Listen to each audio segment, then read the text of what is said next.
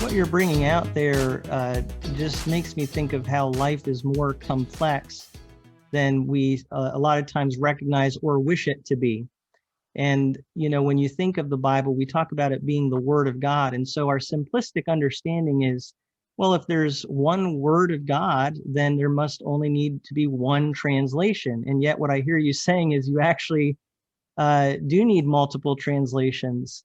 And so the world is a lot of times more complex than we wish it to be. And that is true when it comes to having Bible translation. And another complexity you bring out in this book, it has to do with how that change happens gradually.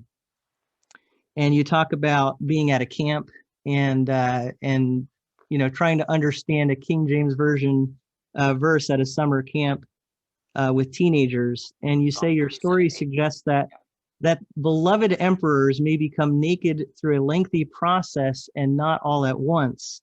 I don't think the KJV is the naked emperor, but at some point between natty and nude, it's appropriate for a small child in the crowd to wonder out loud where all this is headed. And that is a great quote. You can thank my wife, because I did ask her, like, are you okay with this bit of humor going into the book?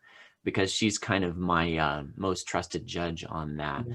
And I think it's humorous, and yeah, I'm glad that you picked up on that. But it's getting across something very serious, and that is, people.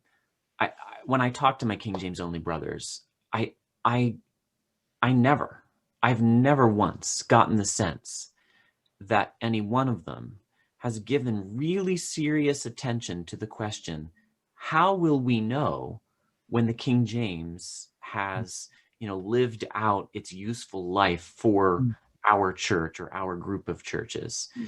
I'm never going to say everybody ought to throw their King James in the dumpster. I have Logos Bible software with tons of translations. I use translations all the time. The King James was massively influential. I think every Christian ought to read it at some point in their lives if they can. But I'm kind of jumping the gun here. How is the emperor losing his clothes? Well, it's not due to any fault of the King James. I'm not saying the King James translators did anything wrong. I don't say a single critical word about any single choice of the King James translators in this book or in all of my work. There's just no need. They did excellent work. The question is, how has language changed over 4+ centuries? Because the King James is using Tyndale. So a lot of the King James is 5 centuries old. How has language change over 5 centuries affected our ability to understand the King James Version? Exactly. Yeah. And it is hard to wrap our minds around, because change happens gradually, and then we're in a certain point in time on that continuum. And Right. so you and I probably have some similar experiences where when we were younger, we knew a generation of people who, some of them still prayed with these and thous in their prayers. Yes. I don't really hear that anymore at all. So that's just part of that change of language that takes place slowly over time. And we're really facing a lot of changes, I think, in our culture and in our language. And that's part of what is bringing all of this to a head, really. This has been happening now for some time. And there are other factors at play, certainly scholarship and what scholarship produced since the time of the King James Version. But we are in a time of change right now in terms of our culture and even our language use. Yeah, I guess I'd want to qualify that. That's all true. Mm-hmm. But we've been in a time of change in language and in culture during the entire 5 centuries from the time that Tyndale wrote. It really isn't that our language has sped up because teens are making our language stupid through their, TikTok usage. I've done the reading in this, and I recommend my favorite linguist, John McWhorter, talks a lot about social register and language. Is texting making us stupid? That kind of thing. Culture has changed, language has changed, but it's changed at a pretty steady rate. And actually, you can go back into the 19th century, even the 18th century. I have a quote in my book from Ben Franklin, who in the late 1700s is pointing out that a lot of the words in the King James Version have changed their meaning since the time of the King James. And he says maybe that's one of the reasons why people aren't reading it as much anymore. And then Noah Webster, you know, a great lexicographer. I don't have this in the book. Somebody sent it to me after the book came out, but I've got it up on my blog in various places. He said the very same thing. And he pointed exactly to the very two categories of words that I talk so much about in the book. Words that have just dropped out of the language, which I call dead words, like besom, chambering, and emerald. Words nobody uses those words anymore. They're just not really part of English anymore. They're stuck in musty old dictionaries maybe, but people don't know them. Those are dead words. And then Noah Webster pointed right to the second category of words that we still use, but use in a different way. So whereas dead words are words we know we don't know. We know we don't know besom. We have to go look it up. This other category that I call false friends are words we don't know we don't know. And I'm just asking my King James only brothers who taught me to read my Bible for understanding, not just to kind of like spin the prayer wheel for the day and, you know, run my eyes over the text, but actually dig in and try to understand it. That's what they taught me. I'm saying that's really hard to do in many individual places because of these dead words and false friends. It's one thing to say, go look up words that you don't know. I mean, I'm wondering why people should have to do that when we could just update them. Besom can just be broom, chambering can be immorality, emerald can be tumor. But it's another thing to say, go find all the words in the King James that you don't know, and look them up. Yeah. That's an impossible task, you know, and we talk about the gradualness of change. You know, the very first time that happens, the very first false friend that develops is not going to cause me to toss out the King James Version. I think by the time the King James gets to be as understandable as Beowulf, I think we'd all agree it's time to move on, time to revise it, time to get another translation. But we're somewhere in the middle there. And the question I'm pressing on my brothers who insist on the exclusive use of the King James Version is, okay, where in that timeline of change do we say, well, okay, language has changed enough that we need an update? So far, what I'm hearing is either total silence or that none of my examples are any good. And I say, well, I'm looking at D.A. Waite's Defined King James Bible. It's up on my shelf. It's okay for him to point these out and not for me. I hope what this means is that there are people whose conscience is being stirred and they don't know yet what to think. And I think there are such people. I have heard from them privately, and they're the ones that motivate me to do my work.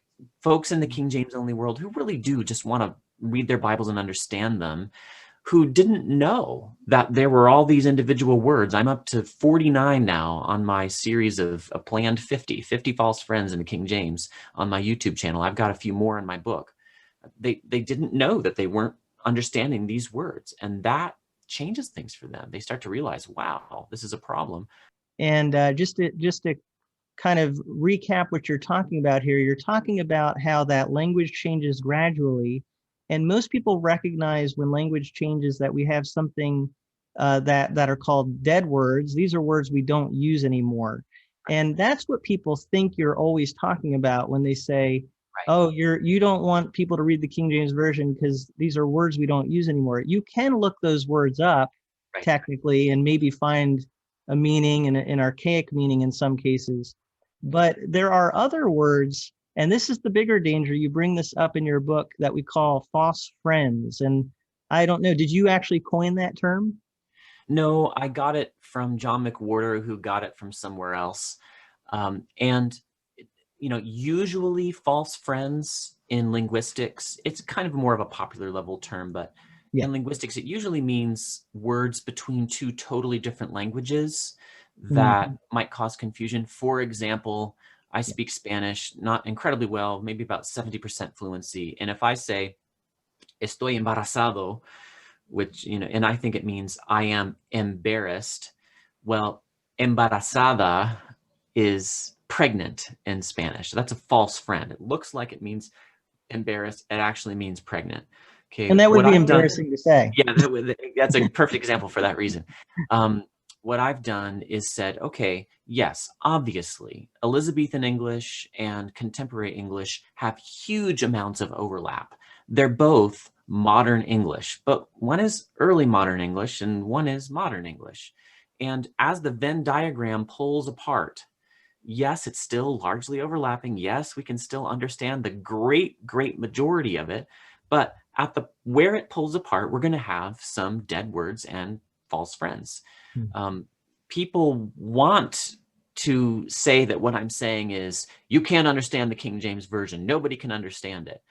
I have very patiently clarified over and over and over again, I'm not saying that. In my book, before anybody ever heard of me, I said the King James is largely intelligible. I had one critic of mine, I just have to share this. I just found this really funny. And he just blasted away at me. I mean, just blam, blam, blam, blam, to the point where I just refused to engage with him. He wrote a series of blog posts. He wrote the most amount of text against my book that any critic has written, which is kind of saying something. And at a certain point late in the process, after just blowing my book out of the water, which, I don't think he really did that, but that was what his perspective was. He said, I think that 95% of the King James is perfectly intelligible. It's about the other 5% that causes people to have problems. And I was like, that's that's pretty much exactly what I would say. He was so angry and upset with me for complaining about that 5%, and saying, well, there are these dead words and false friends we got to be aware of. And yet he turns around and says the same thing.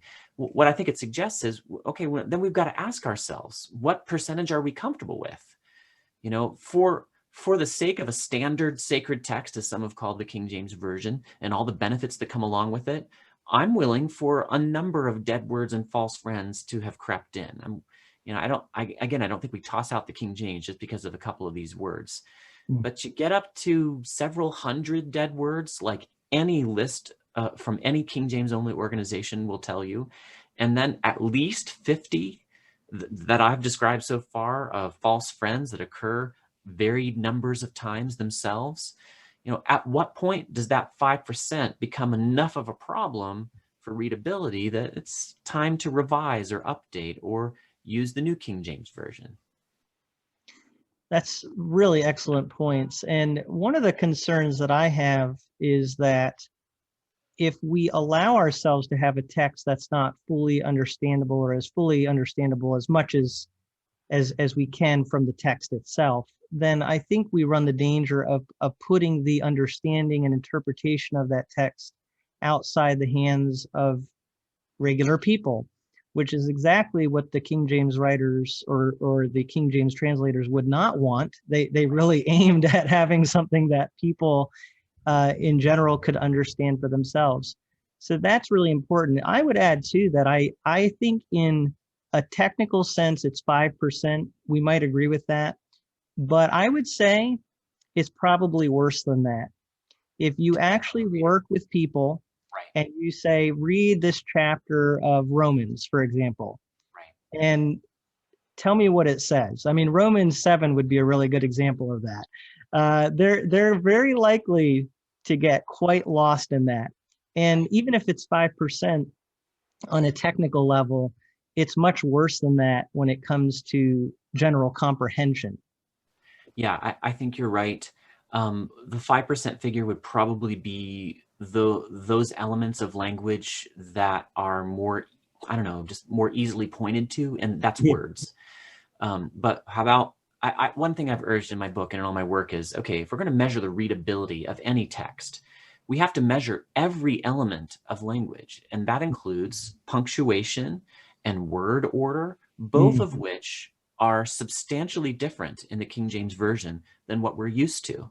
So that has to be factored in, right? And I've never seen anybody who's tried to formally measure the readability of the King James who's incorporated that element. The fact is, there's no computer program that can do that. What you're supposed to do is just what you described. You work with people and you say, read this, and you listen to them, and you hear them stumble.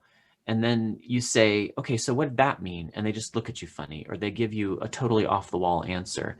And yes, is it possible that those people are just ignorant in general of the Bible and they need to do more Bible study? Well, sure. I mean, we all need to do more Bible study. But then what if you did hand them an ESV or an NIV, which would have just been absolute, travesty at the church I grew up in high school. But then ask them afterward, what did you understand? And I've done this. And, no, I have not sampled every single reader in America. I have only my experience to sample. But over and over again, I saw that, well, go figure. Translations into contemporary English are more readily understandable by people than translations into an English that nobody speaks anymore.